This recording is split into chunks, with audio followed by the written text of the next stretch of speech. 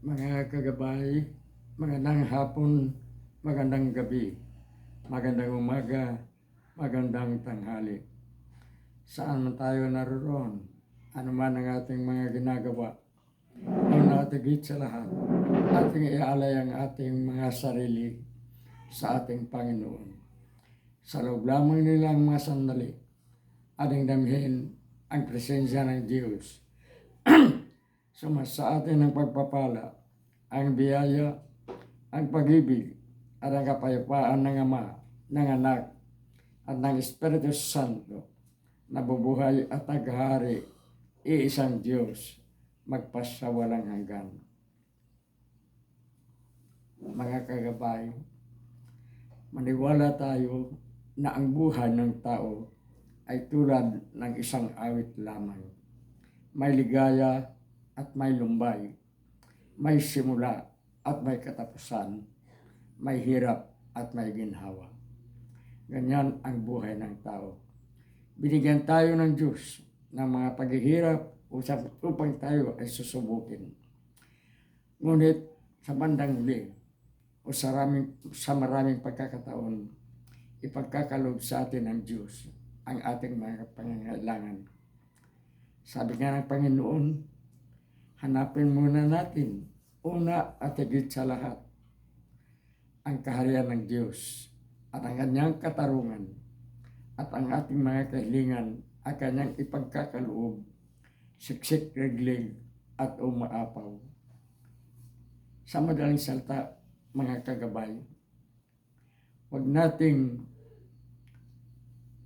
nating sukuan ang anumang kabiguan. Kung tayo ay mabibigo, muli tayong lumaban. Sa unang pagkadapa, lumaban tayo. Pangalawa, pangatlo, lumaban tayo. Hanggang sa makamit natin ang tagumpay. Sipag, tiis, tiyaga, at determinasyong makamit ang ating mga pangarap, ang ating tagumpay. Sapagkat nasa tao ang gawa, nasa Diyos ang awa. Wala sa tao ang gawa, sapagkat sa lahat ng pagkakataon, kapag tayo ay gagawa, kikilos, gagawa ng mabuti, at tabang nga natin ang mga ingrediente sa mga pagsagot natin sa ating mga kabiguan. Marami sa atin na kapag nasa kasaganaan, nasa kalakasan, nasa pagiging nasa itaas, nakakalimot tayo sa Diyos. Gawa lamang tayo ng Diyos. Hindi tayo binigyan ng Diyos ng sarap sa lahat ng pagkakataon.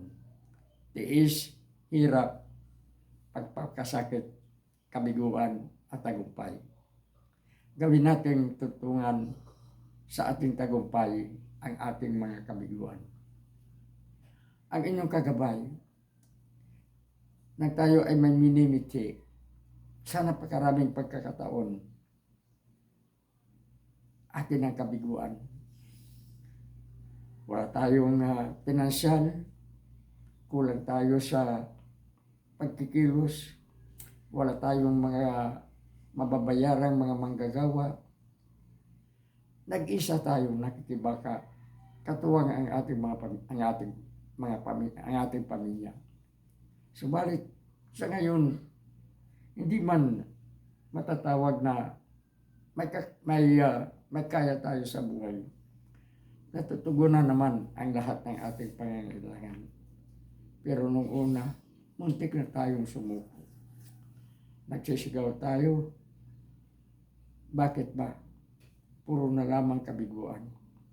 Puro na lamang pagbagsak. Puro na lamang pagkadapa. Hanggang sa lalo nating dinagdagan ang ating pananalig at pagtitiwala sa Panginoon. Ipinaglaban natin sa magandang laban ang ating minimiting tagumpay na makakamit natin ang ating minimiti, ang ating pangarap para sa kabutihan ng pamilya. Hindi natin banggitin kung ano ang nasasabing kahilingan sa Diyos na hanggang sa ngayon ay atin pa rin niya ini-enjoy. Nandiyan pa rin. Ipinagkakalo pa rin ng Diyos. At ang pangarap na yan ay sinasabi nga natin, yan ay bunga ng pawis, dugo, hirap, at magiging ng buhay.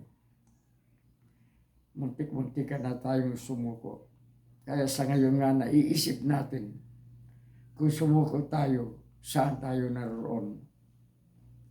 Ganyan ang buhay, mga kagabay. Ulitin natin ang ilang linya sa isang awitin.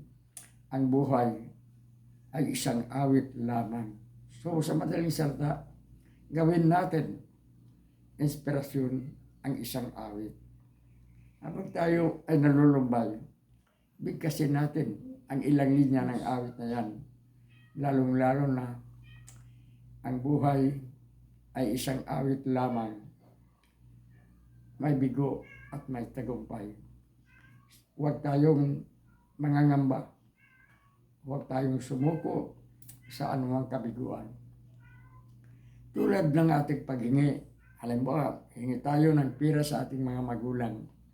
Alam natin, hindi ipagkakait ng ating mga magulang ang ating kahilingan. Ngunit may mga katanungan ba? Anong gusto nyo? Ano ang bibilhin? Kung ano, at minsan hindi pa kaagad magbigay.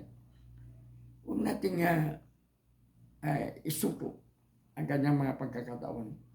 Sapagkat tandaan,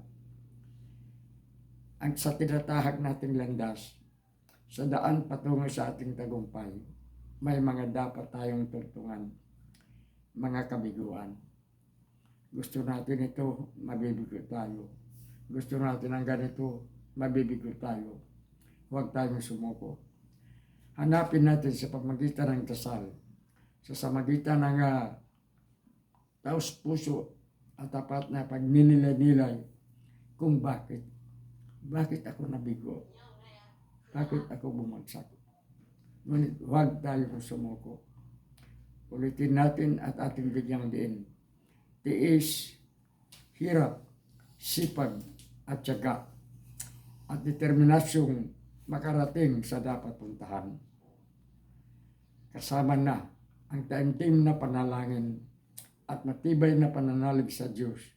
Kasama natin ang Diyos saan man tayo naroon. Anuman ang ating mga ginagawa, anuman ang ating pangangailangan, kung tatawag tayo sa Kanya, nandiyan siya darating sa ating buhay upang iahon tayo sa ating kabiguan at ipagkakalob sa atin ang tagumpay. Mga kagabay, magsumikap tayo. Bumuha tayo, magtiis tayo, magtiyaga tayo. At higit sa lahat, huwag nating sisisihin ang Diyos sa ating mga kabiguan. Sa lahat ng mga pagkakataon, sinusubukan tayo ng Diyos. Ngunit, hindi niya tayo pababayaan. Gawin nating tuntungan tungo sa tagumpay ang ating mga kabiguan. Makailang bisis man tayong mabigo, huwag tayong sumuko.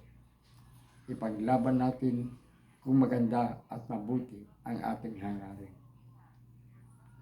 Mahirap naman sa atin, marami sa atin, hanggang sa kaunting kabiguan, susuko na. Ayaw ko na. Tama na Lord, pagod na ako. Huwag. Minsan maisip natin yan, na minsan pinabayaan tayo ng Diyos. Kaya minsan gusto nating sumuko. Pero tingnan mo rin ang kahinatnan sa iyong pagsuko. Kung ikaw ay susuko, lalo kang mabigo. Sapagkat ang nagwawagi ay hindi umuurong, hindi sumusuko. At ang sumusuko ay laging natatalo.